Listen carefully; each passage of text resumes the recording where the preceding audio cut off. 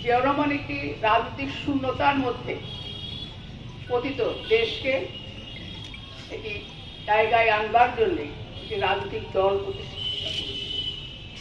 সময়ের প্রয়োজনে জাতীয়তাবাদী দল তিনি প্রতিষ্ঠা করেছিলেন।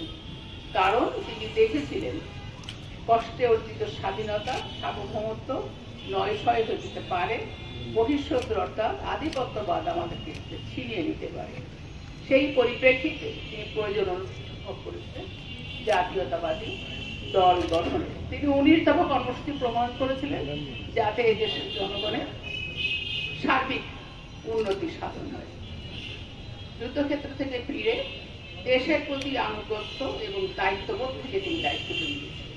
তিনি 19 দফার মধ্যে 5 দফায় তিনি বলেছেন দেশ সর্বোচ্চ অগ্রাধিকারের ভিত্তিতে দেশকে খাদ্যের স্বয়ংসম্পূর্ণ করার জন্য কৃষিতে উন্নতির মাধ্যমে গ্রামীণ তথা জাতীয় অর্থনীতির জোরদার হচ্ছে। খাদ্যের স্বয়ংসম্পূর্ণতা অর্জন করে দেশকে এমন জায়গায় নিতে হবে যাতে কেউ ভুখা না থাকে ব্যবস্থা করতে। দুটো পরস্পর সংশ্লিষ্ট। এই আজকের বৃক্ষরোপণ কর্মসূচি তারই একটি অংশ।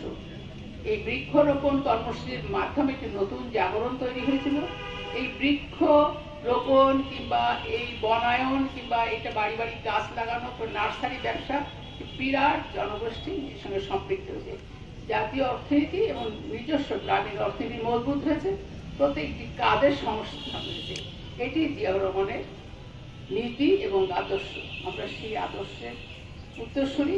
আমরা এই 19 দফার প্রতিটি দফা ভালো করে জানবো, যার যার সাধ্যমতো আমরা সেটি বাস্তবায়ন করার চেষ্টা করবো।